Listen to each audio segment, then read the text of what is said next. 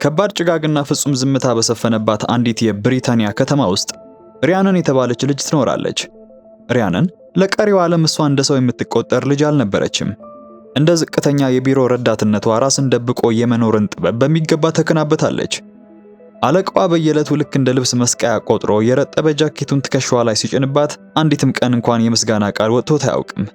የሥራ ባልደረቦቿም ቢሆኑ በመተላለፊያ መንገዶች ላይ ሲያገኟት እንደሌሎች ሁሉ እየገጯት ነው የሚያልፉት። ይህ ታሪክ ያቺ ማንም የማያያት ምስኪን ሴት መራራውንና ግፍ የበዛበትን ሕይወቷን ተጋፍጣ ለዚህ ዓለም ማንነቷን በትክክል ለማሳየት እንዴት እንደተነሳች የሚተርክ ነው። ከሥራ መውጫ ሰዓት ላይ ሪያንን ሰነዶችን በማተም ላይ እንደነበረች በግልጽ ቢታወቅም የሥራ ባልደረቦቿ ግን እንደሌለች በመቁጠር መብራቱን አጥፍተው በሩንም ቆልፈውባት ወጡ። ሪያንን ይህን ሁሉ መከራ ችላ ፈገግ ብላ ሕይወቷን ለመጋፈጥ የምትሞክረው አሁንም ድረስ የሚወዳት አባት ስላላት ነበረ። አባቷ በህመም ቢሰቃይም የልጁ መከራ ይታየው ነበርና ትዕግስቷን አቁማ ጠንካራ ሆና እንድትታይ ይመክራታል። እሷ ግን ዝም ብላ ፈገግታን መረጠችና ለመድኩት ብላ ልትመልስለት ስትል ድንገት አባቷ ሲበላው በነበረው ዳቦ ታነቀ። ሪያንን ሐኪም ለመጥራት ብትሮጥም ነርሶቹ ግን ከሌላ ታካሚ ቤተሰቦች ጋር ጭቅጭቅ ላይ ስለነበሩ እሷን እንደ ግዑዝ ነገር በመቁጠር ሙሉ በሙሉ ችላ ይሏታል። ሪያንን ወደ ሆስፒታሉ ክፍል ስትመለስ አባቷ መተንፈስ አቁሞ ነበር። ሆኖም ምንም ማድረግ እንደማትችል ታውቃለችና አፍጥጣ እያየችው በዝምታ ቀረች። በዚህ ጊዜ አባቷ ከመሞቱ በፊት ሪያንን ጨካኝ መሆን እንዳለባትና ዝቅ አድርገው ለሚመለከቷት ሰዎች ዋጋቸውን መስጠት እንዳለባት የተናገራቸው የመጨረሻ ቃላት በጆሮቿ ላይ ይጮሁ ጀመረ። ምንም እንኳን ራሷን እጅጉን ብትጠላውም ግን ደግሞ ለመለወጥ የሚያስችል ወኔ ያልነበራትምና በአባቷ የጭነት መኪና ውስጥ ተደብቃ መሪር ለቅሷን አወረደችው። አባቷ ያስተማራት ሕይወትን በተስፋና በደስታ መጋፈጥን ነበርና እንዲህ ያለ ሕይወት ለማግኘት ስትል ሪያንን በመጨረሻም ለመለወጥ ወሰነች። ታዲያ ያ የጠበቀችው አጋጣሚ የቀረበላት በአባቷ ቀብር ላይ ነበር። በቀብሩ ዕለት ሪያንን የመጨረሻ ዘመዷ የሆነችው እህቷ ኤሚሊን ለመቀበል መጣች። ሆኖም ለብዙ ዓመታት ተራርቀው ስለነበር ብሎም ሁለቱም የሚያወሩትም ሆነ የሚያመሳስላቸው ብዙ ነገር ባለመኖሩ የገዛ እህቷ እንኳን ስሟን እስከ መዘንጋት ደርሳ ነበር። ቀብሩ ሲያበቃ ሪያንን መርሃ ግብሩን ለመካፈል ከመጡ ሰዎች መካከል በሕይወቷ እጅግ የምትጠላቸውን ዛሬ ለደረሰችበት የሥነ ልቦና ቀውስና መገፋት ዋነኛ ተጠያቂ የሆኑትን የሁለተኛ ደረጃ ትምህርት ቤት የድሮ ጓደኞቿን ተመለከተች። እነዚህ ሰዎች ደጋግመው በማሾፍና በመዋረድ ሪያንን እንደ እንግዳ ፍጥረት እንድትታይ ሲያደርጓት ነበር ያደጉት። ከዚህም የተነሳ ሪያንን በጨነቃት ቁጥር ጸጉሯን የመንጨት መጥፎ ልማድ ነበራት። በአንድ የትምህርት ቤት ፕሮግራም ላይ አራቱም ሆነው ክፉ ቀልድ በመቀለድ ሪያንን ማንም የማያያትና ቦታ የማይሰጣት የማትታይ ሰው እንድትሆን አደረጓት። እሷም ከነዚህ አጋንንት ከሆኑ ሰዎች ለመራቅ በተሞከረም ዘወር ስትል ግን የአባቷ ፎቶግራፍ በቆሻሻ መጣያ ውስጥ ጥሎ በመመልከቷ ይሄም ጨምሮ ልቧን በከፍተኛ ሁኔታ ሰበረው። ሪያንን ግራ ገብቷትና ጭንቅ ብሏት ባለችበት በዚህ አስቸጋሪ ቅጽበት ኤሚሊ ልትሰናበታት መጣች። ከዛም አባታቸው ጥሎላቸው የሄደውን ቤትና መኪና በሙሉ ለመሸጥ ከአንድ ደላላ ጋር አስቀድማ እንደተነጋገረች ነገረቻት። ሪያንን በደመ ነፍሷ ጥያቄውን ውድቅ ልታደርገው ብትፈልግም ኤሚሊ ግን እንደተለመደው የሪያንን ስሜት ከቁብ እንኳን አልቆጠረችውም። ይልቁንም በፍጥነት ከቤቱ እንድትወጣና ቤቱ ተሽጦ የሚገኘውን ገንዘብ እኩል እንዲካፈሉት ነግራት ምላሿን እንኳን ሳትጠብቅ በችኮላ መኪና ውስጥ ገብታ ጥላት ነጎደች። በመቀጠልም ሪያንን የሥራ ዘርፏን ለመለወጥ ባደረገችው ቁርጥ ውሳኔ መሰረት ለቆመችለት ዓላማ አስፈላጊውን ድፍረት በማሰባሰብ የዜና ዘጋቢ እንድትሆን ለአለቃዋ ጥያቄን ብታቀርብም እሱ ግን እንደ ልማዱ አሁንም እንደ ተራ ልብስ መስቀያ ከመቁጠር አልተቆጠበም። ሆኖም ግን ሪያንን የእርሱን ንቀት ወደ ጎን በመተውና ለመጀመሪያ ጊዜ ወደ አለቃዋ ቢሮ በሙሉ ራስ መተማመን በመግባት ፍላጎቷን በግልጽ የሚያሳይ የሥራ ልምድ መግለጫዋን አቀረበችለት። ያለቃዋ ምላሽ ግን ለዘብተኛ ከመሆኑም በላይ የዘጋቢው ቦታ ሆነም መሙላቱንና ክፍት ቦታ ሲኖር እድሉን እንደሚሰጣት በመግለጽ ያሳውቃታል። ሪያንን በከባድ ቅሬታ ወደ መቀመጫዋ በተመለሰችበት ወቅት አሁንም እንደተለመደው መገፋቷንና ችላ መባሏን ልቧ በሚገባ ስለተረዳው በዚያች ቅጽበት በፊቷ የነበረውን ልክ አለቃዋ አንገት ላይ እንዳለ የደም ስር ቆጥራ በሐሳቧ ብትወጋው የሚሰማትን ልዩ ደስታ አልቻለችውም ነበር። ሪያንን በሐሳቧ አለቃዋን እየተበቀለች በልዩ ስሜት ውስጥ እያለች በድንገት አንድ ሰው ለቃለ መጠይቅ መጣ። እሷም ገና ቡናዋን አፍልታ ሳትጨርስ አለቃዋ ያንን ሰው ለሁሉም ሰራተኞች በክብር ያስተዋውቀው ጀመር። የሚገርመውና ልብን የሚሰብረው ደግሞ ያ ሰው የተቀጠረው ሪያንን በከፍተኛ ጉጉት ስትጠብቀው በነበረው በዚያው የጋዜጠኝነት ቦታ ላይ መሆኑ ሲሆን ምንም እንኳን ሪያንን ለከፋ ነገር ራሷን አዘጋጅታ የነበረ ቢሆንም አለቃዋ እስከዚህ ድረስ ክፉ ይሆናል ብላ ግን በጭራሽ አልገመተችም ነበር። ይህ ሁኔታ ሪያንን ከቁጥጥር ውጭ በሆነ ታላቅ ንዴት ውስጥ ከተታት። ወዲያውኑም ዘወር ብላ ቦርሳዋን አፈፍ አድርጋ በመያዝ ከቢሮ በፍጥነት እየወጣች ለዚህ ቆሻሻ ድርጅት ዳግመኛ አልሰራም ስትል ለራሷ ጽኑ ቃል ገባች። ሪያንን ከህንጻው ወጥታ ስትራመድ የዚህ አዲስ ሰው ፊት ላይ የሚታየው ከፍተኛ በራስ መተማመንና የድል ስሜት ይበልጥ እያበገናት ስለመጣ በድንገት ቁጣዋ ገንፍሎ በመውጣቱ በቦርሳ ውስጥ ያለውን ትንሽ ስለት አጥብቃ በመጨበጥ በሚስጥር ትከተለው ጀመር። ይህን ሰው ብገድለው የሥራ ቦታው ክፍት ይሆናል፣ ማን ያውቃል ደግሞ ምናልባትም አለቃዬ ለኔ ድል ለመስጠት ይስማማ ይሆናል የሚል እጅግ ክፉ ሐሳብ በአእምሯ እየተመላለሰ እስከ ዋሻው ድረስ ተከተለችው። ከዚያም ስለቷን ልትከፍት ስትል በነበራት ከፍተኛ የመረበሽ ስሜት የተነሳ እጇን ትቆርጠዋለች። በዚህ ቅጽበት ሰውየው በድንገት ዘወር ብሎ ማነሽ ሲል በጠየቃት ጊዜ ሪያንን በድንጋጤ ደርቃ ልቧ ወደ ጉሮሮዋ የመጣች ያልተረበሸች። እንደ ድል ሆኖ ግን አእምሮዋ ፈጣን ስለነበር አዳዲስ ሰራተኞች የመረጃ ቅጽ መሙላት ስላለባቸው የሥራ ባልደረባዬ ሳይነግርህ ስለረሳው መጥቼ ላስታውስ ብዬ ነው ስትል በብልጠት በመመለስ ሁኔታውን አረጋጋችው። ሁለቱ ስልክ ከተለዋወጡ በኋላ በመካከላቸው ያለው ድባብ በድንገት አሰልችና ግራ የሚያጋባ የሆነ ቢመጣም ተሰነባብተው እንኳን አንዳቸውም ካሉበት ቦታ ንቅንቅ አላሉም ነበር። ሪያንን በዚህ ጊዜ እግሯ ስር ለወደቀው ስለት ምን ማለት እንዳለባት እያሰበች ባለችበት ሁኔታው ያልተመቸው ሰውየው መንገዱን ቀጠለ። ያኔም የአስፈሪ የመግደል ስሜት ቀስ እያለ የበረደላት ሪያንን ወደ ቀድሞ አይናፋርነቷ ትመለሳለች። ሰው መግደል ዝም ብሎ በስሜት ተገፋፍተው የሚፈጽሙት ቀላል ነገር እንዳልሆነ በሚገባ ስትረዳም ለዚህ ተግባር አመቺ አጋጣሚና የተሻለ ዝግጅት መፈለግ እንዳለባት አምናበት ወደ ቤቷ መራች። ይሁን እንጂ ሪያንን ከምንም በላይ ያስቆጣትና ልትቀበለው ያልቻለችው ወደ ቤት በምትመለስበት መንገድ ላይ ቤቷን እንድትሸጥ የተመደበችው ደላላ ጁሊያ መሆኗን ማወቋ ነበር። ጁሊያ በልጅነቷ ሲያሾፉባትና ሲያሰቃዩት ከነበሩት 4 ልጃገረዶች መካከል ዋነኛዋ ነበረች። ሪያንን በድንጋጤ ደርቃ በዚያ ግዙፍ የማስታወቂያ ሰሌዳ ስር በቆመችበት ቅጽበት ልቧ በፍርሃትና በውርደት ተሞልቶ ሳታስበው እንደ ልማዷ ጸጉሯን መንጨት ጀመረች። ኃይለኛ ህመም ቢሰማትም እንኳን ጸጉሯን ነጭታ እስክታወጣው ድረስ በድርጊቷ ለመቆጨት እንኳን ጊዜ ሳታገኝ በመንገዱ ዳር በድንገት የውሻ ጩኸት ተሰማ። የውሻውን ማሰሪያ መቼ እንደለቀቀችው እንኳን አላወቀችም ነበር። የአባቷ በሕይወት ሳለ የሰጣትና በዓለም ላይ ብቸኛ ጓደኛዋ የሆነው ትንሽ ውሻ በደም ኩሬ ውስጥ ተዘርሮ ተመለከተች። ይሄ በሪያንን ልብ ውስጥ የነበረውን የበቀል እሳት በከፍተኛ ሁኔታ እንዲነድ ስላደረገው በዚያ የማስታወቂያ ሰሌዳ ላይ ወደሚታየው የሴትዮዋ ምስል በከፍተኛ ንዴትና ቁጣ ትመለከት ጀመረች። ሪያንን ለመጀመሪያ ጊዜ ወደ ጁሊያ እንዳመራች በውስጧ ያለውን ድፍረት ሁሉ አሰባስባ ከህይወቷ እንድትወጣና ቤቱንም እንደማትሸጠው በቁርጠኝነት ገለጸችላት። ጁሊያ ግን እንደተለመደው ንግግሯን ከቁም ነገር አልቆጠረችውም። እንዲያውም በሪያንን ራስ ላይ የታየውን የፀጉር ክፍተት በሚገርም አስተያየት ትመለከተው በመጀመሯ እነዚህ 4 ጓደኛሞች ጋር በመሆን በፌዝ መሳቅ ጀመሩ። ሪያንን ልክ እንደ ድሮ በሰዎች ፊት ዊጓ ተገፎባት ለውርደት የተዳረገች ያህል ስለተሰማት በከፍተኛ ተስፋ መቁረጥ ትወጣለች። እንባዋ ከዝናቡ ጋር ተቀላቅሎ መውረድ ቢጀምርም መንገደኞች አሁንም እንደማትታይ ፍጥረት ችላ ብለዋት ቢያልፉም ለሷ ግን የመለወጫ ሰዓቷ አሁን መሆኑን ይታወቃት ጀምሯል። ከዝናቡ ለመጠለል በድልድዩ ስር ተሸሽጋ ሳለ አንድ የማታውቀው ሰው ትንኮሳ ሊያደርስባት ሞከረ። ሆኖም ሪያንን በቅቷት ነበርና ያን ትንኮሳ ሲያደርስባት የነበረውን ሰው በያዘችው ስለት አስወግዳ አስክሬኑንም ወደ ሐይቅ ውስጥ በገፋችበት ቅጽበት በውስጧ ተደብቆ የነበረውን እውነተኛ ማንነቷ ነፃ ሲወጣ ተሰማት። ከእንግዲህ በኋላ መንገደኞች ዝቅ አድርገው ሊመለከቷት የማይደፍሩ እንደፈለጉም የሚያደርጓት ምስኪን መሆኗ አብቅቶ በማንኛውም ሰዓት ልትፈነዳ የምትችል ሆናለችና ሪያንን እነዚያን ሰዎች በሙሉ ዋጋቸውን ለማስከፈል በቆራጥነት ትነሳለች። ከጥቂት ቀናት በኋላ ሪያንን የግድያ ስሜትና ስካር ሲለቃት ፍርሃትና ጭንቀት መላ ሰውነቷን ይወረዋል። ስለዚህም በደም የተጨማለቁ ልብሶቿን በችኮላ የልብስ ማጠቢያው ማሽን ውስጥ በመክተት የትናንትናው መጥፎ ትዝታ ከደሙ ጋር አብሮ ይታጠብልኛል በሚል ተስፋ ማሽኑን በሳሙናው ሞላቸው።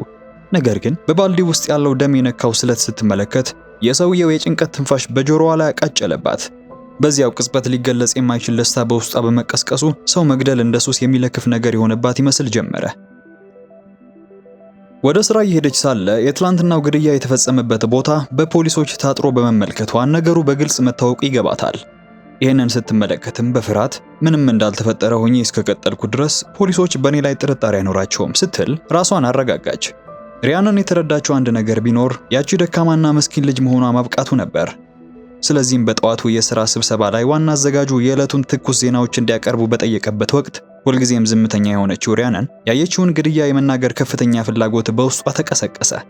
ነገር ግን አፏን ከመክፈቷ በፊት ዘግይቶ የደረሰው የሥራ ባልደረባዋ ቀድሞ ዜናውን ያበስራል። ሪያናንም አሁንም እንደተለመደው ሻይ ከማቀርብና ውሃ ከመቅዳት ውጪ ምንም እንደማትሰራ ተደርጋ ከጉዳይ ውጪ መሆኗ ክፉኛ አበሳጫት። ነገሩ ፍጹም ኢፍትሐዊ እንደሆነ ስለተሰማት ሐሳቡ መጀመሪያ የመጣላት ለእርሷ እንደነበር ግልጽ ለማድረግ ከስብሰባው በኋላ ሪያናን በድፍረት በመነሳት ስለ ወንጀሉ ምስክር መሆኗን ተናገረች።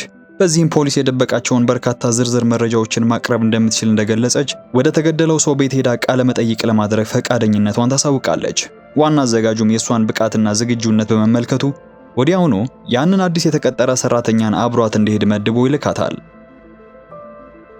ሪያናን ይህንን ትበል እንጂ በልቧ የሚዲያውን ኃይል በመጠቀም የህዝቡን አመለካከት ለመቀየር ብሎም የፖሊስን ምርመራ አቅጣጫ ለማሳሳት አቅዳለች።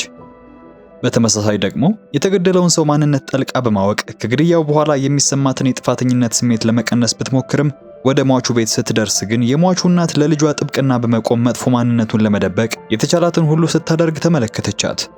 ሪያናን በዚህ ሁኔታ ትንሽ ቅር ቢላትም ወደ መጸዳጃ ቤት በሄደችበት ቅጽበት በሚስጥር ወደ ሟቹ ክፍል ገብታ ፍንጮችን መፈለግ ጀመረች። በሳጥኑ ውስጥም ሰውየው በከፍተኛ የአልኮል ሱሰኝነት ምክንያት ከስራው እንዲባረር የተጻፈለትን ደብዳቤ ስታገኝ እናቱ እንዳለችው ጥሩ ሰው እንዳልነበረ በግልጽ ስላሳያት ሪያናን የነበረባትን የጥፋተኝነት ስሜት ያነሳላታል። በችኮላ ከአፓርታማው እንደወጡ ሁለቱም ሆነው የሟቹን ጎረቤቶች ስለሱ ባህሪ መጠየቅ ሲጀምሩ የእሷን ግምት ይበልጥ እያረጋገጠላት መጣ። እንደተባለው ሟቹ ከጠጣ በኋላ ሁልጊዜ ከጎረቤቶቹ ጋር የሚጣላ ቆሻሻ ሰው ስለነበር ሪያናን የሟቹን ሞት ከመጥፎ ሰዎች ጋር እንደሚያያዝ አድርጋ ረቂቅ ጽሑፍ አስቀድማ አዘጋጀች። በዚህም ፖሊሶች እንዲመረምሯቸው የሚገደዱ በርካታ ተጠርጣሪዎች እንዲኖሩ ታደርጋለች። አብሯት ያለው ኤጄ የተባለው አዲሱ ሰራተኛ ነገሩን በማጣመሟ ደስተኛ እንዳልሆነ ስትረዳ ሪያናን ሁኔታው በሚገባ ተረድታ ነበርና ለሟቹ ሁለት አይነት ገጽታዎችን መፍጠር እንደሚችሉ ነገረችው። አንደኛው በእናቱ አይን ጥሩ ልጅ የሚባል ሲሆን ሁለተኛው ደግሞ በጎረቤቶቹ አይን ሟቹ መጥፎ ሰው ነው የሚል ነበረ። የትኛውን መርጦ ለህዝብ ማቅረብ እንዳለበት ግን ለዋና አዘጋጁ የተተወ ጉዳይ መሆኑን ገለጸችለት። በታሪክ ውስጥ እንደ አንድ መጥፎ ሰው ሞት የሰዎችን ቀልብ የሚስብ ዜና እንደሌለ የምታውቀው ሪያናን ጉዳዩን አሳምራ አቅርባ ለአለቃዋ ታቀርበዋለች። በዚህ ብቃቷ እጅግ የተደነቀው ዋና አዘጋጁም ደንቡን ጥሶ እንኳን ቢሆን ከስራ በኋላ በሚዘጋጀው የአዳዲስ ተቀጣሪዎች የደስታ መግለጫ ግብዣ ላይ እንድትገኝ ልዩ ግብዣ ቀረበላት። ይህ ለሪያናን አዲስ የህይወት ምዕራፍ ነበረ። ምክንያቱም ቀደም ባሉት ጊዜያት ማንም ቦታ የማይሰጣት ከመሆኑም በላይ ረዘም ላለ ሰዓት ሰርታ ለመቆየት ብትፈልግም እንኳን የሥራ ባልደረቦቿ መብራት የሚያጠፉባት በሩንም የሚቆልፉባት ልጅ ነበረችና ዛሬ ግን ለመጀመሪያ ጊዜ እንደ ትልቅ ሰው ተቆጥራ ክብር በማግኘቷ ይህንኑ አዲስ ማንነቷን ለማክበር ወደ መድረክ ወጥታ በደስታ መዝፈን ጀመረች። ይሁን እንጂ የግብዣው ድባብ ደምቆ ባለበት በዚያው ቅጽበት ስለ ትላንትናው ምሽት የግድያ ወንጀል ምርመራ ለማድረግ የመጡ ፖሊሶች ድንገት ጣልቃ ገብተው የሪያናንን ዜማ አቋረጡት። ሪያናን በውስጧ የተሰማትን ስጋትና ጭንቀት ለማርገብ በማሰብ ራሷን ለማረጋጋት ወደ መጠጥ ቤቷ አመራች። ይሁን እንጂ እዛ ስትደርስ እዛ ይኖራል ብላ ያልገመተችው ያ ለአባቷ ሞት ምክንያት ነው ያለችው ጨካኝ ሰው በድንገት ትመለከተዋለች። ያ ሰው አሁንም እንደባለፈው ለሌሎች ሰዎች ስሜት ቅንጣት ታህል ደንታ የማይሰጥና ትዕቢቱ ያለቀቀው ኩራተኛ መሆኑን ማስተዋሉ አልቀረም። ሪያናንም በዚያች ምሽት ነርሷን ሲያስቸግራት የነበረው ይሄው ሰው መሆኑን እያሰበች ሳለ በፖሊሶች ፊት እዚሁ እሱን ብገድለው ምን ይፈጠር ይችላል የሚል አንድ ድንገተኛና ደፋር ሐሳብ በአእምሯ ውስጥ ብልጭ አለላት። አደገኛ ድርጊት የማድረጉ ሐሳቡን ብቻ ግን ስታስበው ልቧን በደስታና በጉጉት በፍጥነት እንዲመታ ያደርገው ጀመረ። ስለዚህም ሰውየውን ተከትላ ከመጠጥ ቤቱ ልትወጣ ስትል ድንገት አንድ ፖሊስ ስሟን ጠርቶ አስቆማትና ያን ወንጀለኛ እስክንይዘው ድረስ ወደ ቤትሽ ስትሄጂ ጥንቃቄ አድርጊ ሲል መከራት። እሷም ፈጥናችሁ እንደምትይዙት ተስፋ አደርጋለሁ የሚል አጭር ምላሽ ሰጥታ ወደ ጨለማው ተሰወረች።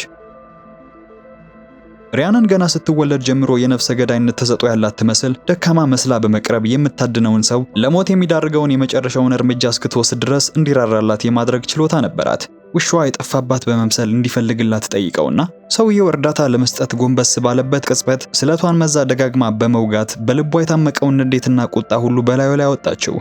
ይህ ለሁለተኛ ጊዜ የፈጸመችው ወንጀል በመሆኑ ሪያናን አሁን ላይ አስክሬኑን ወንዝ ውስጥ በመጣል አብዛኛውን መረጃና ማስረጃ የማጥፋት በቂ ልምድ አግኝታለች። ስራዋን አጠናቃ ወደ ቤት ስታመራ ሪያናን በደስታ እያዜመች ነበር። ነገር ግን ባልጠበቀችው ሁኔታ በነፍሷ የምትጠላትን ያችን ጁሊያ የተባለችውን ሴት ስትመለከታት ያኔ በጭፈራ ወቅት ዊጓን ጎትታ በማውለቅ በጓደኞቿ ፊት ያዋረደቻት ቀን ትዝ ይላታል። የአሳፋሪ ክስተት ሪያንን ለረጅም ጊዜ በጭንቀትና በዝምታ ዓለም ውስጥ እንድትሰቃይ አድርጓታል። አሁን ግን ሪያንን በውስጧ ያለውን ክፉ ስሜት ፊት ለፊት ተጋፍጣ ለማሸነፍ የሚያስችል በቂ ጥንካሬ አዳብራለችና ከማንም በላይ ልታጠፋት የምትመኘው ጁሊያን ጨርሳ ደብዛዋን እስክታጠፋት ድረስ ቸኩላለች። ሪያንን የደም ምልክትን ማስለቀቂያ ለመግዛት ወደ ሱፐርማርኬት አምርታ ክፍያ ስለመፈጸም ሄድፎን ያደረገችውን ተቀባይ ስታናግራት ጥያቄዋን ጆሮ ዳባ ልበስ ብላ ችላ አለቻት። ሪያንን ግን እንደ ቀድሞዋ አይናፋርና በቀላሉ የምትሸማቀቅ መሆኗ ቀርቷልና በኩራት እንደወጣች የውሃ መከላከያ ቀለም ለመውሰድ ወደ አባቷ ጋራጅ ታመራለች። ከዚያ ልትወጣ ስትል ክሬግ የተባለውን እዛ የሚሰራውን መካኒክ አገኘችው። አባቷ ከሞቱ በኋላ ጋራጁን ለመግዛት ፍላጎት የነበረው ልጅ ነበረ። ሪያንን ለክሬግ የተለየ ስሜት ነበራት። ክሬግ በጊዜው ላቀረበላት የራት ግብዣ ያለምንም ማንገራገር እሽቷን ገልጻለት ወደ ቤቷ እንዳመራችም የሰውነቷንም ሆነ የአእምሮዋን እርካታ ለማግኘት በደም የተጨማለቀ የወንጀል ፊልም እያየች የገዛችውን አስክሬን በመመገብ ራሷን ማቀጣጠል ጀመረች። በመቀጠልም አስቀድማ ወዳዘጋጀችው የግድያ ክፍል በመሄድ ወደ ጁሊያ ስልክ ደወለች። ጁሊያ አሁን ላይ ስመጥር የቤትና የንብረት አሻሻጭ ሆናለችና ሪያንን ቤት መሸጥ ፈልጋለሁ የሚል ሰበብ በመፍጠር ጁሊያ ነገ ማታ መጥታ ቤቱን እንድታየው ታመቻቻለች። ከዛም ሁሉም ነገር ዝግጁ መሆኑን እንዳረጋገጠች ተረጋግታ ወደ ስራው አመራች። ምንም እንኳን ዋና አዘጋጁ በሪያንን መዘግየት ክፉኛ ተበሳጭቶ የነበረ ቢሆንም የገዛችለትን ቡና ካቀረበችለት በኋላ ግን ስህተቷን ሁሉ ረስቶ ይረጋጋ ጀመረ። በመቀጠልም የሥራ ባልደረቦቿን ልብ ለመርታት በሚል ከዳቦ ቤቱ ኬክ ገዝታ በመምጣቷ ሪያንን በሄደችበት ሁሉ ስፍር ቁጥር የሌለው ሙገሳ ይዘንብላት ጀመር። ይሁን እንጂ በዚህ መሃል ሪያንን ድርጅቱ ትላንት ያሳተመውን ጋዜጣ ስታይ ክፉኛ ደነገጠች። ጋዜጣው ላይ የሰፈረው የሰዎችንም ቀልብ የገዛው ሰበር ዜና ሙሉ በሙሉ የሷ ፈጠራ ውጤት ቢሆንም የጸሐፊው ስም በሚሰፍርበት ቦታ ላይ ግን የባልደረባዋ የጄፍ ስም ብቻ ነበር የሚታየው። ሪያንን በሁኔታው ተበሳጭታና ተቆጥታ ድርጊቱን ለመቃወም ወደ ሻይ ክፍሉ አመራች። ጄፍ ግን ያለምንም ይሉኝታ ጽሑፉን ያዘጋጀው ሰው ነው ስሙ የሚሰፍረው ሲል መለሰላት። የሷ ስም የሰፈረው በጋዜጣው መጨረሻ አካባቢ ውስጥ ብቻ መሆኑን ስትረዳ ሪያንን ይህን ሁሉ በደል ዝም ብላ ልታልፎ በፍጹም አልፈለገችም። ስለዚህም ጄፍ ሽንት ቤት በነበረበት ቅጽበት ሪያንን አጋጣሚውን ተጠቅማ ማጊ የተባለውን ወተት በቡና ውስጥ በሚስጥር ቀላቀለችው። ይህ ፈሳሽ ለሆድ ድርቀት እጅጉን ፍቱን ቢሆንም ጣዕሙ ግን በቡናው መራራነት ተሸፍኖ የሚታወቅ አልነበረም። በዚህ መሃል ኤጄ የተባለው አዲሱ ቅጥር ከጀርባዋ መጣ። ኤጄ ሴቶችን በንግግር የማማለል ችሎታ ነበረውና በቀልድ ሪያንን በፈገግታ እየተመለከተ ምናልባት ዳቦ ውስጥ መርዝ ጨምረሽበት ይሆን በማለት እርሷ ቀድማ ካልቀመሰችው እሱ እንደማይበላ በግድ እያስገደደ መጫወት ይጀምራል። ሁለቱ እየተሳሳቁና እያወሩ ሳለ ግን ጄፍ በድንገት ከሄደበት ተመልሶ በመምጣት ክፍሉ ውስጥ ገባ። በዚያው ቅጽበት አንድ እናት በድንገት ወደ ጋዜጣ ዝግጅት ክፍሉ ዘልቀው ገቡ። የመጡትም ትናንት በታተመው ጽሑፍ ላይ የነበራቸውን ተቃርኖ ለመግለጽ ነበር። ሪያንን ባለፈው ለቃለ መጠይቅ በሄደችበት ወቅት እናቲቱ የልጃቸውን በጎ ጎን ብቻ እንድትጽፍላቸው ተማጽነዋት የነበረ ቢሆንም በጋዜጣው ላይ ግን ልጃቸው መጥፎና የማይረባ ሰው ተደርጎ ነበር የሰፈረው። እናትየው ፍትህን ፍለጋና እውነቱን ለማጋለጥ ቆርጠው ተነስተዋል። ጄፍ ግን ምንም ይሁን ምን ለስራው ግልጽና ቀጥተኛ ነበርና ጽሑፉን የጻፈው እሱ ስለሆነ በማንኛውም ምክንያት ግለሰቡን ኢላማ ስላደረገው ኃላፊነቱን ወሰደ። እዚህ ላይ ሪያንን የጄፍን ምላሽ ስትሰማ ሽንት ቤት የሚያሯሩጥ ፈሳሽ በቡና ውስጥ በመጨመሯ ጥቂት የጸጸት ስሜት ተሰማት። ነገር ግን ያደረገችውን ወንጀል ልታስተካክለው የምትችልበት ሁኔታ ላይ አልነበረችምና ጄፍ እውነቱን በመናገር አሮጊቷን አሳምኖ ካሰናበታቸው በኋላ በገባበት የሽንት ቤት ክፍል ውስጥ ቆልፎ ለሰዓታት ተቀመጠ። ያንን አስቸጋሪ ሁኔታ በከፍተኛ ትግል ካጠናቀቀ በኋላ ሰውነቱ ዝሎና ተዝለፍልፎ ሲወጣ ሪያንን የኔን ዜና ማን ሰረቃለው ስትል በውስጧ ታሾፍበት ነበር። ሪያንን በህይወቷ ለመጀመሪያ ጊዜ ከክሬግ ጋር ለምታደርገው የራት ግብዣ በከፍተኛ ጥንቃቄ ስትዘጋጅ አለች። ሆኖም ሜካፕ የመቀባት ልምዱ ስላልነበራት ውጤቱ ብዙም የሚያረክ አልነበረም። ታዲያ ከስራ ሊወጣ የነበረው ኤጄ ማማራውን አይቶ ደፈር ብሎ አብረው ሻይ ቡና እንዲሉ ይጋብዛታል። ሪያንን ግን አሁን ለእንዲህ አይነት ወሬ ፍላጎት አልነበራትምና ግብዣውን ውድቅ አድርጋ ከክሬግ ጋር ወደ ተቀጣጠሩበት ምግብ ቤት በፍጥነት አመራች። ነገሩ ግን እንደታሰበው አልሆነላትም። ሪያንን በዚያ ቦታ ለ2 ሰዓታት ያህል ክሬግን ስትጠብቅ ቆየች። አልፎ ተርፎም አስተናጋጁ መቀመጫዎቹ በጣም ጥቂት መሆናቸውንና ቦታውን መልቀቅ እንዳለባት እስኪያስታውሳት ድረስ ሁኔታው ለሷ አሳፋሪ ሆኖ ነበር። በመጨረሻም ክሬግ እየተጣደፈ ይመጣና ጠረጴዛቸው ላይ ከተቀመጡ በኋላ ይቅርታን ከመጠየቅ ይልቅ ስለ ስራው ብቻ ደጋግሞ ያወራት ቢጀምርም ሪያንን ግን ከመናደድ ይልቅ ንግግሩ ተመችቷት በደስታ ስታዳምጠው ነበር። ትንሽ ቆይቶም ከምግብ ቤቱ እንደወጡ ሪያንን በድፍረት የውስጧን ስሜት ትገልጽለትና የዛኑ ምሽት አብረው ያድራሉ። በማግስቱ ጠዋት ሪያንን ከክሬግ ተለይታ በደስታ እየፈነጠዘች ባለችበት ቅጽበት አንድ ስልክ ተደውሎ ያንን አጭር የደስታ ጊዜውን አበላሸው። ፖሊሶች ከጥቂት ቀናት በፊት ስለተፈጸመው የግድያ ወንጀል ማብራሪያ እንድትሰጣቸውና በምርመራውም እንድትተባበራቸው ጠይቀዋታል። በዚህ ጊዜ ሪያንን በድንጋጤ እጅና እግሯ ይንቀጠቀጥ ጀመር። ይሁን እንጂ ወዲያው እስካሁን በቁጥጥር ስር ካልዋልኩ ለምርመራ እርዳታ ብቻ ቢፈልጉኝ ነው ስትል ራሷን አሳምና ታረጋጋዋለች። ነገሩ እንዲህ ነው። አስክሬኑን የጣለችበት መናፈሻ ውስጥ ለመግባት የደህንነት መታወቂያ ካርድ መጠቀም ግዴታ ስለነበር ፖሊሶች በዚያው ዕለት ወደ መናፈሻው የገቡትን ሰዎች ዝርዝር እያጠኑ ነበር። ሪያንንም የራሷን መታወቂያ ተጠቅማ ነበርና የገባችው ይህንን ስትረዳ ያለምንም መሸማቀቅ እውነቱን እንዲህ ስትል ተናዘዘች። በዚያው ዕለት የአባቷን የቀብር ስነ ስርዓት አከናውና እንደወጣችና በዚያው ምሽት ደግሞ የምትወደው ውሻዋ በመኪና ተገጭቶ እንደሞተባት ገለጸችላቸው። ስለዚህ በዚህ ሁኔታ ክፉኛ አዝና ስለነበር ጭንቀቷን ለማርገብ ወደ መናፈሻው ለእግር ጉዞ መሄዷ ተገቢና አሳማኝ ምክንያት ሆነላት። የሪያንን ሁኔታ እጅግ አሳዛኝ ሆኖ ስለታያቸው ፖሊሶቹ ብዙም አላጨናነቋትም። ገና በንግግር ላይ እንዳሉ ግን ሌላ አዲስ ወንጀል መፈጸሙን የሚገልጽ ሪፖርት ለፖሊሶቹ ደረሳቸው። ተጨማሪ አስክሬን መገኘቱ፣ የግድያ አፈጻጸሙ ልክ እንደ መጀመሪያው ሁኔታ መሆኑ፣ ሁለቱም ተጎጂዎች በተደጋጋሚ በስለት ተወግተው ሕይወታቸው እንዳለፈ ደርሰውበታል። እዚህ ላይ ሪያንን ማንነቷ ለጊዜው ባይደረስበትም ነገሮች እስኪረጋጉና የፖሊስ ክትትሉ እስኪቀዘቅዝ ድረስ ለተወሰነ ጊዜ ዝምታን መምረጥ እንዳለባት ተረዳች። በቀሏን የምትወጣው ሁኔታዎች ሰከን ሲሉ እንደሆነ በማሰብ የዛሬውን የቤት ማሳያ ቀጠሮ ለመሰረዝ ወደ ጁሊያ ደወለች። ከጁሊያ በኋላ ለክሬግ አጭር የጽሑፍ መልእክት ላከችለት። እሱ ግን ዛሬ ማታ ስራ ቦታ ውስጥ ደንበኛ ስለሚያገኝ እንደሚዘገይ ይነግራታል። ሪያንን ግን ምክንያቱን ሳትቀበል ትዕግስቷም ተሟጦ ነበርና ወዲያውኑ መኪናዋን አስነስታ ወደ ጥገና ማዕከሉ አመራች። እዚያ ስትደርስ ግን ያ ክሬግ ያለው ደንበኛ ጁሊያ ትሆናለች ብላ አልገመተችም ነበረ። እነዚህን ሁለት ሰዎች ጎን ለጎን ስታያቸው ጁሊያ የምትኖርበትን ቤት ለመግዛት ማሰቧ ሳያንስ አባቷ ጥሎላት ሄደውን የጥገና ማዕከልንም ለመጠቅለል የቀረበቻቸው መሆኑ ስለገባት ሪያንን በንዴት መቃጠል ጀመረች።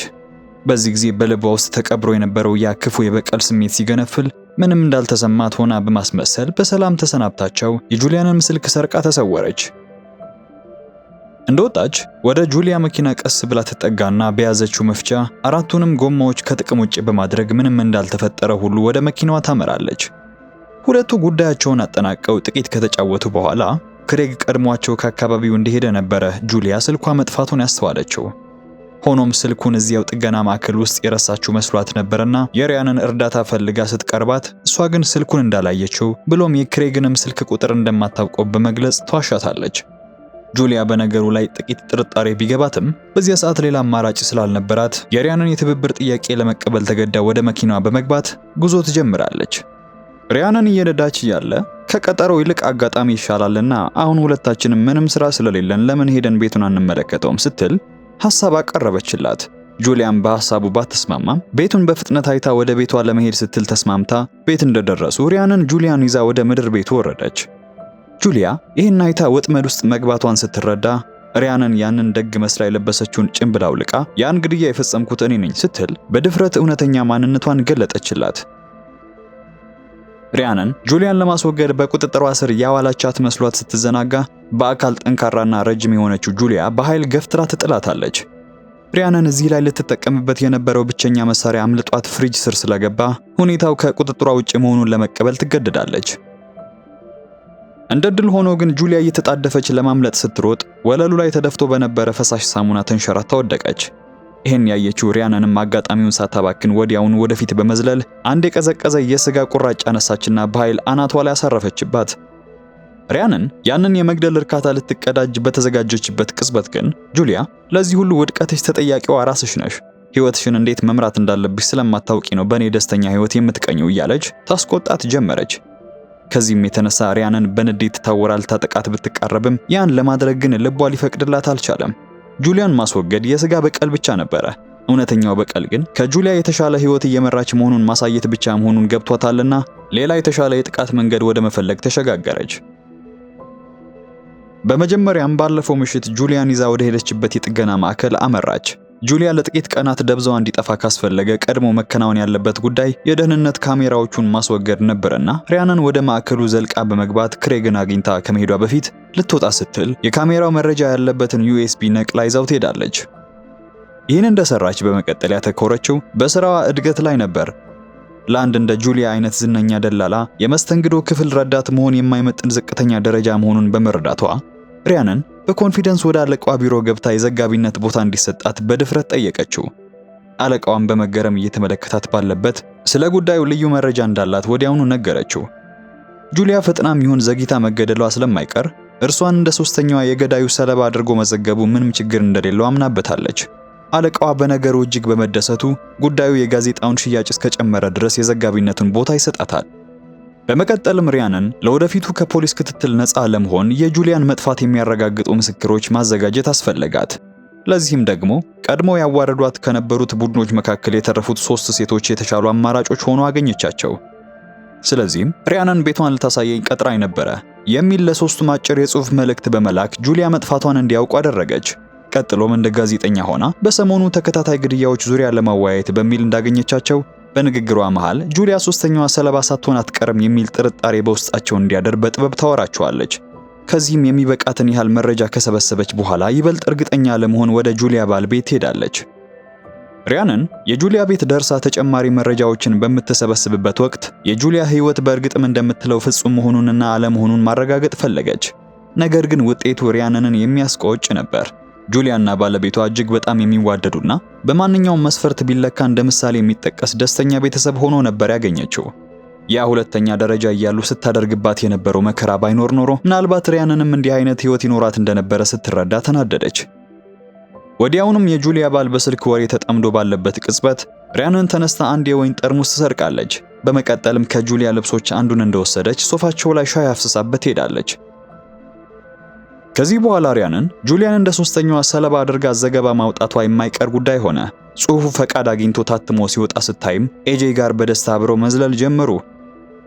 ሆኖም በዚህ መሃል የደረሳት ስልክ ጥሪ ሌላ አጣብቂኝ ውስጥ ነበር የከተታትና ብዙም ሳይቆይ የሪያንን ፊት በድንጋጤ መለዋወጥ ጀመረ። እህቷ ኤሚሊ ቤቱን ለመሸጥ ያላትን ሐሳብ አሁንም አልተወችም ነበር። ይባስ ብሎ የቤቱን ስፋት የሚለካ ሰው ወደዚያው ልካለች። ጁሊያ አሁንም እዚያው ምድር ቤት ውስጥ እንዳለች ትዝ ያላት ሪያንን ለኪራይ የቤቱን ስፋት ሊለካ የመጣው ሰው ወደ ውስጥ ሳይገባ ለመከልከል በፍጥነት ወደ ቤቷ ትሄዳለች። ሰውየው በሩን ሊከፍት ሲል ነበርና የደረሰችው። እንዳስቆመችው ጁሊያ ከውስጥ ሆና የውጭውን ኮቴና ድምጽ በመስማቷ ድረሱልኝ እያለች መጮህ ጀመረች። ይሁን እንጂ ሪያንን በሁኔታው ቅንጣት ያህል አልተጨነቀችም። ይልቁንም በተረጋጋ መንፈስ ዘንጣ ውብ ሜካፕ ተቀብታ ጁሊያ ፊት ለመታየትና ድሏን ለማብሰር አንድ ጠርሙስ ወይን ይዛ ወደ ምድር ቤት ወረደች። በአንድ ቀን ውስጥ ብቻ ሪያንን የጋዜጠኝነት ሥራ ስታገኝ በተጨማሪም 2 አፍቃሪዎችን ማፍራት ትችላለች። ይህን የሰማችው ጁሊያ በእርግጥም ጥሩ ነገር ትናገራለች ተብሎ ባይጠበቅም ሪያንን ግን ሞት አፋፍ ላይ ላለች ሴት ብላ ራሷን ማጨናነቅ አልፈለገችም። በሌላ በኩል ኤጄ ምግብ ቤት ውስጥ ሪያንን እየጠበቃት ነበር። ይህ ግብዣ ለሁለቱም የሥራ ስኬት ማክበሪያ እንዲሆን የታሰበ ቢሆንም ክሬግ ግን በድንገት ከየት መጣ ሳይባል ብቅ ብሎ ሪያንን ፍቅረኛዬ ናት በማለት መናገር ሲጀምር ኤጄ በሁለቱም መሃል ጣልቃ መግባት ስላልፈለገ ነገ እንገናኛለን ብሏት ፊቱን አዙሮ ይሄዳል። ሪያንን ሁኔታውን ለማስረዳት ብትሞክርም በዚህ ሰዓት የምትናገረው ማንኛውም ቃል ለማመካኛ ብቻ ነበር የተቆጠረው። ሪያንን ከበር ልትወጣ ስትል ሌላ ያልተጠበቀ አጋጣሚ ይገጥማታል። የጁሊያ ባል በመንገድ ዳር ሰክሮ እየተንገዳገደ ጁሊያ እንደገና ጠፋችብኝ እያለ ሲዘበዝብ ነበር የተመለከተችው። ሪያንን ሰካራሙ ሰውዬ መኪና መንዳት እንደሌለበት ታውቃለችና አግባብታ ወደ ቤቱ ይዛው ትሄዳለች። ቤቱም እንደደረሰች ሰውየው ሰክሮ በወደቀበት የጣቱን አሻራ ተጠቅማ ስልኩን ትከፍትና ከጁሊያ ጋር የነበረውን የጽሑፍ መልእክት ስትመለከት ፊቷ ላይ ፈገግታ ታየ።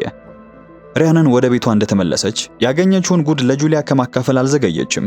ያ ደግና የዋህ ይመስል የነበረው ባል ለካ በቤት ውስጥ ሚስቱን የሚያሰቃይ ጨካኝ ነበረ። እዚህ ላይ ጁሊያ ለረጅም ዓመታት ያሳለፈችው ፍጹም የሚመስለው ሕይወት በስቃይና በሐዘን የተሞላ እንደነበር እንረዳለን።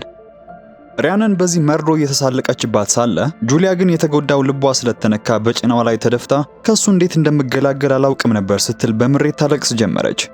በዚህ ጊዜ የሪያንን ክርር ብሎ የነበረው የበቀል ስሜት አሁን እቺ ምስኪን ሴት ሞት ይገባታል በሚል ጥያቄ ሲላላ ተሰማት። ሪያንን ምንም ይሁን ምን ጽሑፉ በሰዓቱ ታትሞ እንዲወጣ አደረገች። ነገር ግን ይህ ድፍረት የተሞላበት ድርጊቷ ጉዳዩን ስትከታተለው የነበረችውን የፖሊሷን ትኩረት ይስባል ብላ ፈጽሞ አልገመተችም ነበር። እንደ እውነቱ ከሆነ ፖሊሷና ሪያንን በህይወታቸው ውስጥ በቀላሉ ችላ የሚባሉ ተመሳሳይ አይነት ሰዎች ነበሩ። ለምሳሌ ያህል ፖሊሷ ቤቷ ውስጥ ሻወር እየወሰደች እያለ የቤቷ አከራይ የሷን መኖር ግምት ውስጥ ሳታስገባ የሙቅ ውሃውን ዘግታባት ታውቃለች። ፖሊስ ከሆነች በኋላም እንኳን በስራ ባልደረቦቿ ዘንድ እንደ መቀለጃ ነበር ትታየ ነበረችው። በዚህ ሁሉ ይህንን ሁሉ የውስጥ ቁጣውን የምትወጣው በዚህ ተከታታይ ግድያ ላይ ባሉ ወንጀሎች ላይ ነበረና በምርመራው ላይ ሳለች አካባቢው ላይ ያሉትን የደህንነት ካሜራዎች አንድ በአንድ ስትመረምር ትቆያለች። በፍለጋዋም መሃል በአንድ በአቅራቢያ ባለ ባር ውስጥ እንግዳ የሆነ ትዕይንት መመልከቱ አልቀረም። በዚህ ጊዜ ፖሊሷ ሪያንን ቀደም ብላ ለቃለ መጠይቅ ወደ ጣቢያ በመጣችበት ወቅት በዚያች ምሽት እስከሆነ ሰዓት ድረስ ከጓደኞቿ ጋር ባር ውስጥ እንደነበረች የሰጠችውን ቃል አስታወሰች። በካሜራው ላይ የሚታዩት ሰዎች በግልጽ ከግድያ ወንጀል ጋር እንደሚነካኩ፣ ከዚህም በተጨማሪ ስለ ጁሊያ መጥፋት የተጻፈው ጽሑፍ በሪያንን የተጻፈ መሆኑን ስትመለከት ይሄ ሁሉ መረጃ ለዚህ ግድያ ወንጀል መልሱን ያገኘችው ያህል እንዲሰማት ያደርጋታል። ሪያንን በዚህ በኩል ደግሞ በግድያ ላይ የሰውን ልጅ አግቶ የማቆየት ከባድ ስራ ተጨምሮባታል። ነፍስ ማጥፋት እንደሚከብድ ብታውቅም ለጁሊያ ምግብ ማቅረብ ብቻ ሳይሆን እንዳታመልጥም ነቅታ መጠበቅ ነበረባትና ሰውን አግቶ መያዝ ይበልጥ አድካሚ ሆኖ አገኘችው። ሪያንን ምግብ ለማምጣት በወጣችበት ቅጽበት ግን ጁሊያ ማንም ሳያት መቀስ ሰርቃ ደበቀች። ከዛም ተዘናግታ ባለችበት ወቅት በድንገት ተነስታ በመቀሱ ትወጋታለች። በዚህ ጊዜ ሪያንን በንዴት አበደች። ጁሊያን እንዲህ በክብር እየያዘቻት ለምን ለማምለጥ እንደምትሞክር አልገባትም። እየተቆጣች የቆሰለውን እጇ በፋሻ ካሰረች በኋላ መጥረጊያውን በማንሳት ጁሊያን ደጋግማ እየደበደበች ቁጣዋን ተወጣችባት። በዚህ መሃል ነበረ በለበሰችው ሱሪ ላይ ደም በመመልከቷ ሪያንን ልቧ የራራላት የጀመረው። እንደ ሴትነቷ ጁሊያ ለምን ያህል ጊዜ በጭንቅና በንዴትና ወጥ እንደነበረ ገብቷታልና ለብዙ ቀናት ታስራ ከቆየች በኋላ ለመጀመሪያ ጊዜ ገላዋን እንድትታጠብ ትፈቅድላታለች። እዚህ ላይ ጁሊያ ከሪያንን ጋር መቀራረብ ሲጀምሩ ባለፈው ጊዜ ከቤት ልታመልጥ ስትል ባሏ ማርከስ ገፍትሮ መስታወት በር ላይ አጋጭቶ ያቆሰላትን በአንገቷ ላይ የነበረውን ጠባሳ ታሳያታለች። በአንድ በኩል ሁኔታው ጁሊያ በሪያንን ላይ ስታደርሰው የነበረው በደል አሁን በማርክ አማካኝነት ወደ ራሷ ተመልሶ የመጣ ይመስል ነበር። በዚሁ ነበረ ሁለቱም ሴቶች ከብዙ ዓመታት በፊት ስለነበረው ትንኮሳና ስቃይ ለመጀመሪያ ጊዜ በግልጽ ማውራት የጀመሩት። ጁሊያ ያንን ሁሉ ግፍ በሪያንን ላይ የፈጸመችው እሷ ምንም ስላልነበራት፣ ሪያንን ግን የሚወዳት አባት እንዳላት በማወቋና በቅናት ተገፋፍታ እንደነበር አመነች። ያኔ የጁሊያ ብቸኛ የደስታ ምንጭ ሪያንን በማዋረድ የምታገኘው አጭር እርካታ ብቻ ነበርና ጁሊያ ላለፈው ስህተቷ ይቅርታ እንድታደርግላት ጠይቃታለች። ከዚህ ሁሉ በኋላ ግን ሪያንን በነፃ ልትለቃት አልደፈረችም። ምክንያቱም ጁሊያ ለፖሊስ ብታመለክት አሁን የጀመረችው ጣፋጭና መልካም ሕይወት በአንድ ጀንበር እንደ ጭስ በኖ እንደሚጠፋ ታውቃለች። በዚህ መሃል ስልኳ ይጠራና ፖሊሶች ስለ ጁሊያ መጥፋት ለመጠየቅ ወደ ክሬግ የጥገና ማዕከል መሄዳቸውን ሰማች። ፖሊሷ ሪያንን የሚፈልጓት ገዳይ ልትሆን እንደምትችል ለበላዮቿ ሪፖርት ብታደርግም እንደተጠበቀው አለቆቿ ሊያምኗት አልቻሉም። እንዲያውም ይባስ ብሎ ያለምንም ተጨባጭ ማስረጃ በደፈናው ከመጠራጠር እንድትቆጠብ ነበር ያዘዟት። ፖሊሷ እንዲህ አይነት መገለልና ችላ መባል የተለመደ ነገር ስለሆነባት ይህንኑ አጋጣሚ በመጠቀም ማንም ሳይጠረጥራት ሪያንን በሚስጥር መከታተል ጀመረች። ነገር ግን የጁሊያን መጥፋት የሚያረጋግጠው የደህንነት ካሜራ መረጃ በሪያንን እጅ ከገባ ሰንብቷልና አንድ እርምጃ ዘግይታ ነበረ። ይህ መሆኑ ግን ፖሊሷ በጥርጣሬዋ ላይ ይበልጥ እንድትተማመን አደረጋት። በሌላ በኩል ሪያንን አሁንም ፖሊስ የተከታተለቻት መሆኗን ሳታውቅ ስለ ጁሊያ ጉዳይ የሚወጡ ዜናዎችን ለመከታተል ወደ ጋዜጣ ዝግጅት ክፍሉ ተመለሰች። ነገር ግን በዚህ ፍጥነት በሁሉም ዘንድ ተቀባይነት ማግኘቱ ያበሳጨው ነባሩ ጄፍ ፈጽሞ ደስተኛ አልነበረምና ከጁሊያ ባል ጋር ተገናኝቻለሁ በማለት የማታውቀው መረጃ እንዳለው ያሳውቃታል። ሪያንን ጄፍ ባላት ነገር ተደናቅጣ ሳለ በሌላ በኩል ደግሞ መላው ከተማ የጠፋችው ጁሊያን ፍለጋ ታላቅ ስብሰባ ይጠራል። ስለ ጉዳዩ መጀመሪያ የዘገበችው እሷ በመሆኗ ሪያንን በዚህ ስብሰባ ላይ መገኘት ግድ ነበረባት። ታዲያ እዚህ ላይ ነበረ ሪያንን ጄፍ ከማርክ ጋር በሚስጥር ሲንሾካሾኩ በስብሰባው አዳራሽ ውስጥ የተመለከተችው። በዚሁ ቅጽበት መጥፎ ድርጊት ፈጽማ እጅ ከፍንጅ የተያዘች ያህል ስለተሰማት ከቦታው ዘወር ብላ ለመደበቅ ፈለገች። ይሁን እንጂ ማርከስ ቁጡና አመፀኛ ሰው ነበረና ሪያንን ተከትሎ በመሄድ ይዛትና በሶፋው ላይ ሻይ ማፍሰሷን እያነሳ ክፉኛ ይዘልፋት ጀመረ። እንደ ድል ሆኖ ግን በዚያው ቅጽበት ኤጄ ደርሶ የማርክን ያልተገባ ድርጊት ያስቆመዋል። ከተለያዩ በኋላ ሪያንን ለስራዋና ለህይወቷ ስትል ማርከስን በሚስጥር መከታተል ጀመረች። ይሄ ብቻ ሳይሆን ማርከስ በጁሊያ አሁን ደግሞ በሷ ላይ ሊያደርሰው ያለውን መከራ እሱም እንዲቀምሶ በመፈለጓ ልክ እንደቀደሙት ጊዜያት ሁሉ ስለቷን መዛ ልታጠቃው ሞከረች። ነገር ግን ሪያንን ስለቷን ከፍ አድርጋ ልትመታው ስትል በድንገት ከጀርባዋ የነበረው ጄፍ ሲመለከታት ነበርና ሪያንን ያ ሲፈልግ የነበረው ገዳይ መሆኗን ተረዳ። ጄፍ በፍርሃትና በደስታ ስሜት የተናወጠ ብስክሌቱን ማሽከርከር ጀመረ። ገዳዩን እሱ እንዳገኘው ሪፖርት ካደረገ በኋላ የሚያገኘውን ክብር እያሰበ ነበር በፍጥነት ሪያንን ሽሽት ሲነዳ የነበረውና ሳያስተውለው በመኪና ተገጭቶ እዛ በወደቀበት ሕይወቱ ታልፋለች። ሪያንን አሁንም ቢሆን ገና ድንጋጤው አለቀቃትም ነበርና ወደ ወንዙ ዳርቻ አምርታ ስለቷ ላይ ያለውን የጣት አሻራ በጥንቃቄ መጥረግ ጀመረች። ምንም እንኳን ይህ ስለት ከአባቷ የተረፈ ብቸኛው ቅርስ ቢሆንም ወደፊት ለመራመድ ግን ያለፈ ታሪኳን መጣል ነበረባትና አይኖቿን ጨፍና ስለቱን ወደ ወንዙ ለመጨመር ተዘጋጀች። ሆኖም ያኔ በኪሷ ውስጥ ያለው ስልኳ መልእክት ስለተቀበለ ድምጽ ሲያሰማ ከድርጊቷ እንድትቆጠብ ያደርጋታል። ማርከስ ነበረ መልእክቱን የላከላት። መኖሪያዋን ስለሚያውቀው ወደ ቤቷ መጥቶ ሊደበድባት እንደሚችል የሚዝት መልእክት ልኮላታል። ሪያንን በሁኔታው ግራ ተጋብታ መልሳ ልትሰድበው ስትል በድንገት አንድ ብልህ ሐሳብ በጭንቅላቷ ውስጥ መጣ። ማርከስ ጁሊያን ያጠቃበትን ጉዳይ በማንሳት እንደ ሰበብ ተጠቅማ ሁሉንም ግድያዎች የፈጸማቸው እሱ መሆኑን በማስመሰል ከገባችበት የወንጀል አዙሪት በሰላም ለማምለጥ አቀደች። ከዚህ በኋላ ሁለቱም በከተማው ዳርቻ ወደሚገኝ ቀደም ሲል የጁሊያና የባሏ መኖሪያ ቪላ እንዳቀኑ ሪያንን ጁሊያ እዚህ ቦታ ለረጅም ጊዜ እንደቆየች ለማስመሰል የተረፈ ምግብ ወለሉ ላይ ትበትናለች። በመቀጠልም ያን ስለት በአቅራቢያው በሚገኝ መሳቢያ ውስጥ አስቀምጣ የጁሊያን ስልክ በመጠቀም ለማርከስ መልእክት አስተላለፈች። ጁሊያም ከሪያንን ጋር ተባብራ ማርከስን ለማጥመድ በሚል የታገተች በመምሰል ወዳሉበት ፎቅ መጥቶ ገመዱን ለመቁረጥ ስለቱን እንዲጨብጠው ለማድረግ ተዘጋጀች። ጁሊያ እያሳየችው ያለው ትብብር ሪያንን ሙሉ በሙሉ እንዳሳመነቻት ቁልጭ አድርጎ ያሳይ ነበር።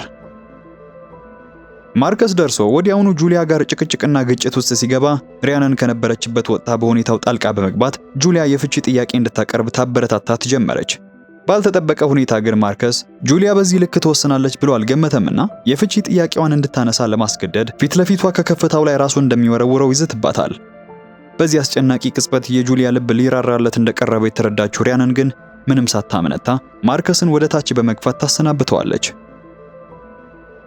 ሆኖም እዚህ ላይ በድንገት ከውጭ የፖሊስ መኪና ሳይረን ድምጽ ተሰማና ያቺ ፖሊስ ወደ ውስጥ ዘልቃ ስትገባ የምትጠረጥራት ሪያንንን ከሞቷ ስክሪን በላይ ፎቅ ላይ ቆማ ተመለከተቻት። ፖሊሷ የምትፈልገው ይህንን ነበርና ወደ ፖሊስ ጣቢያው እንደወሰደቻት ሁለቱም በመጨረሻ ፊት ለፊት ተፋጠው ይቀመጣሉ።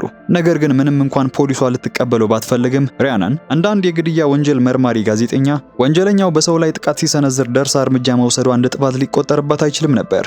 ፖሊሶቹም ቢሆኑ የሟቹ ሚስት ጁሊያን ለመጠየቅ ፊታቸውን ወደ እሷ ቢያዞሩም ሁለቱም አስቀድመው ተስማምተው ነበርና ሪያንንን ወንጀለኛ የሚያደርግ ምንም መረጃ ሊያገኙ ፈጽሞ አልቻሉም። ይልቁንም ጁሊያ በባሏ ታግዳ እንደነበረና ለወንጀሉ ጥቅም ላይ የዋለው ስለትም የባሏ እንደነበረ ምስክሯን ሰጠች። ከዚህ ሁሉ በኋላ የሞተው ሰው የተባለውን ሊያስተባብል አይችልምና የሁለቱም ሴቶች ቃል ተገጣጥሞ የወንጀሉን እውነተኛ ገጽታ ሙሉ በሙሉ እንዲሸፈን ተደረገ። ፖሊሷ ግን አሁንም ነገሩን እንዲሁ በቀላሉ ልታቆመው ስላልፈለገች ያሰባሰበችውን ማስረጃ አንድ በአንድ ማቅረብ ጀመረች። የሪያንን አባት አናጺ እንደነበረና ያገዳይ ሲጠቀምበት የነበረው ስለት ደግሞ አናጺዎች ዘንድ በብዛት የሚገኝ መሆኑን ገለጸች። ከዚህም በተጨማሪ እነዚህ አራት ሰዎች የሰጡት ምስክርነት በሪያንንና በጁሊያ መካከል ያለው ግንኙነት እጅግ የሻከረ መሆኑን ለማረጋገጥ በቂ ነበረ። በዚህ ላይ ደግሞ ጁሊያ አሁን የቤትና የንብረት አሻሻጭ በመሆኗ የሪያንን አባት ጥሎላት የሄደውን ቤት በራሷ ቁጥጥር ስር ለማድረግ በመፈለጓ ግድያውን ለመፈጸም ያነሳሳት ምክንያት እንደሆነ በግልጽ የሚያሳይ ነበር። በፖሊሷ እይታ ሁሉም ነገሮች አሁንም እርስ በርሳቸው የሚገጣጠሙና የሪያንን ገዳይነት የሚያረጋግጡ ነበሩ። ከዚህ የተነሳ ሪያንን በጭንቀት ብዛት ጸጉሯን ትነጭ ብትጀምርም ያለምንም ተጨባጭ ማስረጃ የሚሰጥ ማንኛውም አይነት ውሳኔ እንደ ስም ማጥፋት ነውና የሚቆጠረው አንዲት ጋዜጠኛን ባልሰራችው ስራ እዚህ ማቆየታቸውን የፖሊስ አዛዧ ሁኔታው ስላላማራት ፖሊሷን ወዲያውኑ ከምርመራው ክፍል እንድትወጣ ሪያንንም በነፃ እንድትለቀቅ ታደርጋለች። በዚህ ምክንያት ፖሊሷ ከስራዋ ስትታገድ ሪያንንና ጁሊያ ከቀረበባቸው ክስ ነፃ ተብለው እንዲያውም ያንን አደገኛ ገዳይ ድል የነሱ ጀግኖች ተደርገው ይቆጠራሉ። ሪያንን ወደ ቤቷ ስትመለስ ከአምባገነን ባሏ ነፃ ከወጣች በኋላ ቀጥሎ ምን ማድረግ እንዳለባት ግራ የገባት ጁሊያን እዚሁ አገኘቻት። ስለዚህም እሷን ለማረጋጋት ወዲያውኑ ወደ አንድ ስፍራ ይዛት ትሄድና ስለምንም ነገር እንዳታስብ ይልቁንም በብዙ መከራ ያገኘችው ነፃነቷን እንድታጣጥም ትነግራታለች። ሁለቱም ሴቶች እየተዝናኑ ባሉበት ወቅት ግን ያቺ ፖሊስ ቁጭቷ ሊበርድላት ባለመቻሉ ሪያንን ሰው መግደሏን የሚያረጋግጥ ማስረጃ ለማግኘትና ለበላዮቿ እውነቱን ለማሳየት በሚስጥር ወደ ሪያንን ቤት ትገባለች። ሪያንን አብዛኛውን ማስረጃ ብታጠፋም ከጥገና ማዕከል ውስጥ የሰረቀችውን ዩኤስቢ ያላስወገደችውም ነበርና በዚያ ላይ ሪያንንን ሊያሳስር የሚያስችል የመኪና ጎማውን ከጥቅም ውጭ ስታደርግ የሚያሳይ ምስል በማግኘቷ ፖሊሷ በደስታ ዘለለች።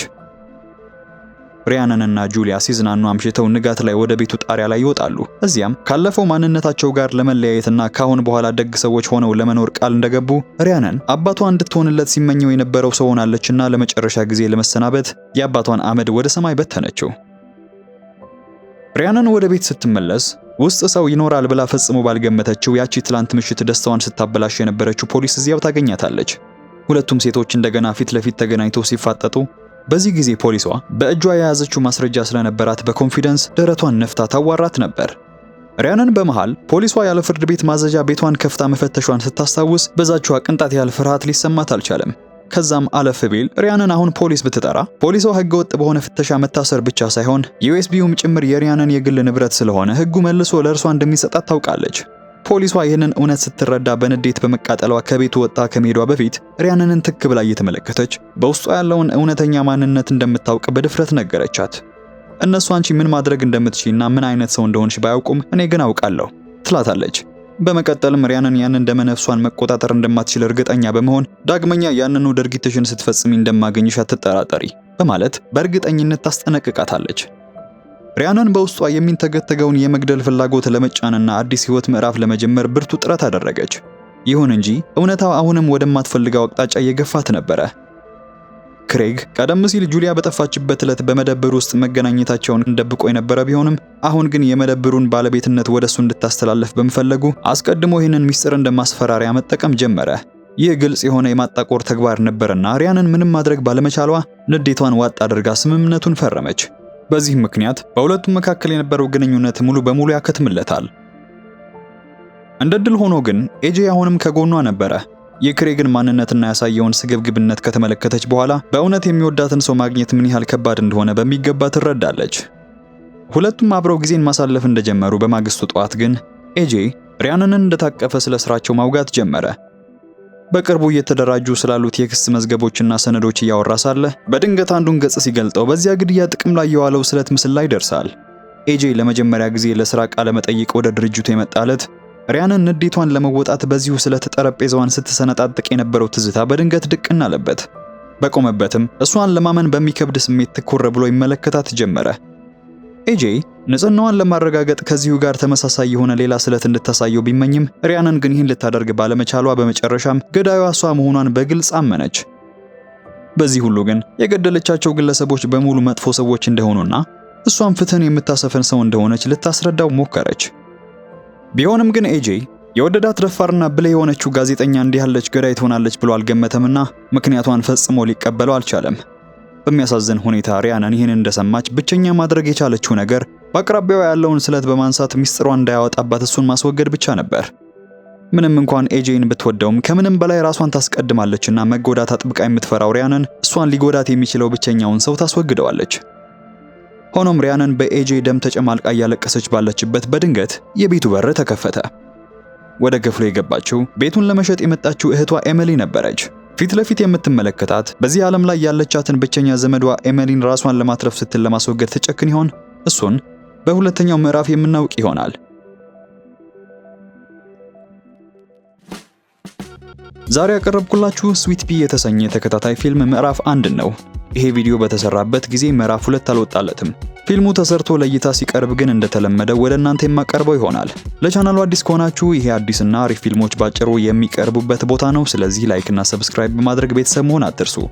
በተረፈ ግን እብድ ናት ብለው የገዛታቸውን እስር ቤት አስገብተዋት ነገር ግን ተመልሳ መጣ ጉድ ስለሰራቻቸው አስደናቂ ሴት የሰራሁት ቆንጆ ቪዲዮ አለ።